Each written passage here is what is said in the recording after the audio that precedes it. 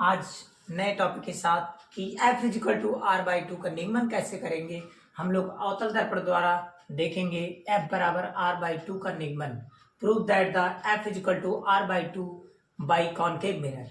तो हम लोग इस टॉपिक पर चर्चा करेंगे कि कैसे प्रूफ करते हैं। अगर वीडियो अच्छी लगे, पसंद आए तो आप लाइक शेयर कमेंट अवश्य करेंगे। चलिए ध्यान देते हैं, हम लोग समय को ज्यादा ना व्यतीत करते हुए पॉइंट पर आते हैं।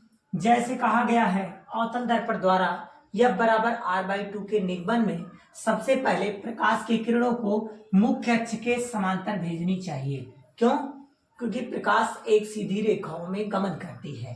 तो इस पॉइंट का नाम होगा जहां से चलती है, उसका नाम ए है, और जिस पॉइंट पर आकर आपतित होती है उसका नाम ले लेते हैं बी। नामकरण आप कुछ भी कर सकते हैं, A B C D E F G H, जो आपकी इच्छा वो दे सकते हैं। मैं एक लेट कर लिया हूं। जब प्रकाश की किरणें यहां पर आपतित होती हैं तो आप सभी को पता है कि कोई भी प्रकाश की किरणें जब किसी परावर्तक तल से टकराती हैं तो टकराकर उसी माध्यम में वापस लौट जाती हैं। तो इस प्रकार की घटनाएं देखने को मिलती है। तो यहां से वापस लौटेंगी और ये किरण मुख्य फोकस से होकर के निकल जाती है, क्योंकि मुख्य अक्ष के समांतर चलने वाली प्रकाश की किरणें परावर्तन के पश्चात मुख्य फोकस से होकर निकल जाती हैं। अगर मैं इनका अभिलंब ड्रॉ करूं तो इस प्रकार से, तो इनका अभिलंब कहाँ होगा? तो इनका अभिलंब कुछ इस प्रकार से होगा, यहाँ पर। अच्छा, आने वाली किरण और अभिलंब के बीच में बने कोण को क्या कहते हैं? आपतन कोण कहते हैं। आपतन कोण को आई से। परावर्तित किरण और अभिलंब के बीच बने कोण को क्या कहते हैं? परावर्तन कोण आर कहते हैं। अब हम लोग क्या करेंगे, यहां से नियम लगाएंगे। कौन सा नियम? परावर्तन के नियमानुसार। किसके नियमानुसार? परावर्तन के नियम से या परावर्तन के नियमानुसार आप कुछ भी लिख सकते हैं। माना जो आपको लिखना है वो मैंने देखिए लिख दिया संक्षिप्त में कि माना एक अवतल दर्पण है जिसका द्वारक m1 m2 है और इस परावर्तक तल का, परावर्तक तल मतलब चिकने तल का मध्य बिंदु P अर्थात पोल, हिंदी में ध्रुव है। जबकि प्रकाश की, देखिए यहाँ पर लिख भी दिया हूं कि सभी दूरियां पोल से मेजरमेंट की जाती हैं। पोल से सब इधर जा रहे हैं तो सभी दूरियां माइनस में ली जाएगी। तो पोल से फोकस तक की दूरी फोकस दूरी और पोल से सेंटर तक की दूरी वक्रता त्रिज्या कैपिटल आर होती है। स्मॉल आर कैपिटल आर वो तो अपने ऊपर है, ठीक है। परावर्तन के नियमानुसार क्या होगा? जो कोण आई होगा वही कोण आर होगा, मतलब कोण आई बराबर कोण आर होगा। अब कैसे लिखेंगे इसके अकॉर्डिंग में? त्रिभुज ए बी सी, क्या लिखेंगे? कोण में A B C is equal to C B F. क्यों? क्योंकि हमें दोनों एंगल लेना, और दोनों एंगल जब लिया जाता है तो वो चीज बीच में आना चाहिए। जैसे बी है तो बी को मैंने एंगल दिखाया, अब बी में वो भी एंगल है तो यहां से लेंगे, चाहे यहां से ले लीजिए चाहे यहां से लीजिए। पहले तो बी सी बी एफ लीजिए या एफ बी सी लीजिए, दोनों राइट है। तो सी बी एफ, तो क्या लेंगे? एंगल सी बी एफ क्या है? समीकरण नंबर 1। ये दोनों आपस में बराबर है। अगली चीज हम लोग जानते हैं कि जब कोई दो समांतर रेखाएं ऐसे होती हैं तो ये रेखा, ये कोण और ये कोण आपस में बराबर होती हैं। क्यों? ये होता है अल्टरनेट इंटीरियर एंगल। मतलब इसका तात्पर्य यह है एकांतर अंतः कोण के कारण ये दोनों कैसे होते हैं? बराबर होते हैं। तो जो ये एंगल होगा वही तो ये भी एंगल होगा, तो ये एंगल आपस में बराबर हो जाएंगे। तो क्या लिखेंगे?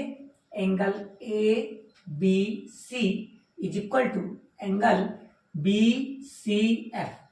एंगल बी सी एफ आपस में कैसे है?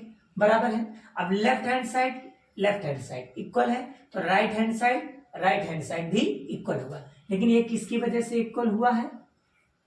एकांतर कोण, एकांतर अंतः कोण बोलते हैं, इंग्लिश में बोलते हैं अल्टरनेट एंगल। क्या बोलेंगे? Alternate angle. पूरा अगर सही से बोले तो अल्टरनेट इंटीरियर एंगल है, ठीक है। तो हम लोग देखें लेफ्ट इक्वल है तो राइट भी इक्वल होगा, मतलब समीकरण 1 व 2 से। अब सीबीएसई वाले कैसे लिखेंगे? सीबीएसई पैटर्न के स्टूडेंट लिखेंगे equation first and second we get. Clear?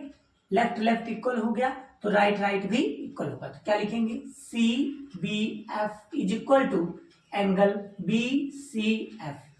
अब आपको पता है सीबीएफ में बी एंगल और सी एंगल आपस में इक्वल है, तो एंगल बी देखिए कहाँ है? यहाँ पर है ये एंगल, और सी एंगल कहाँ है, यहाँ पर है। तो बी के सामने वाली भुजा ये वाली बनी और इसके सामने वाली भुजा ये वाली बनी, मतलब ये भुजा आपस में बराबर होती हैं, क्योंकि सम्मुख कोण की सम्मुख भुजाएं आपस में बराबर होती है।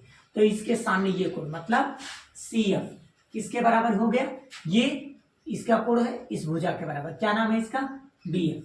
अब आपको पता है कि जो बी है वो पी के बहुत निकट है, जो बी है वो क्या है, पी के बहुत निकट है।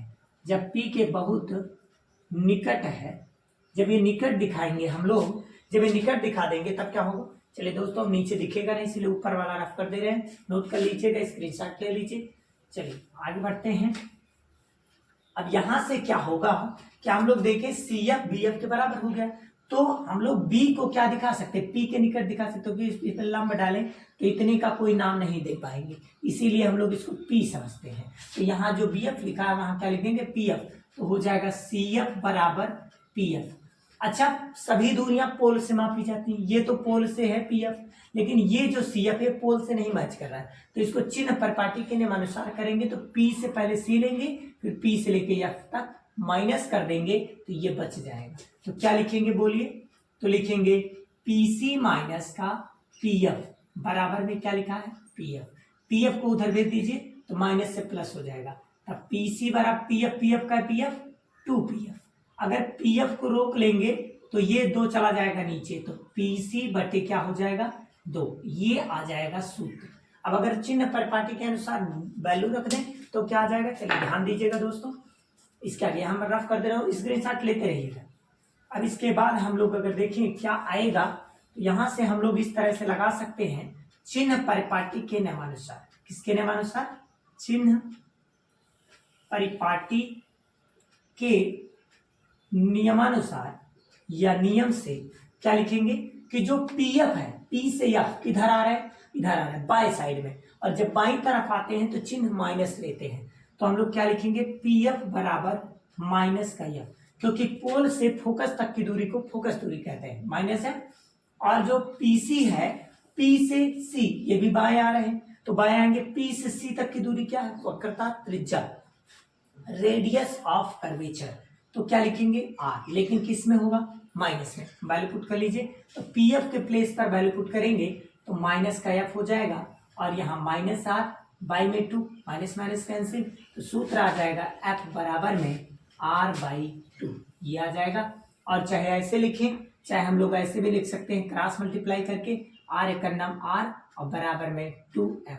अगर फोकस दूरी पूछा जाए तो वक्रता त्रिज्या की आधी होती है, और वक्रता त्रिज्या फोकस दूरी की 2 गुनी होती है। धन्यवाद दोस्तों, आपको बहुत अच्छे समझ में आया होगा।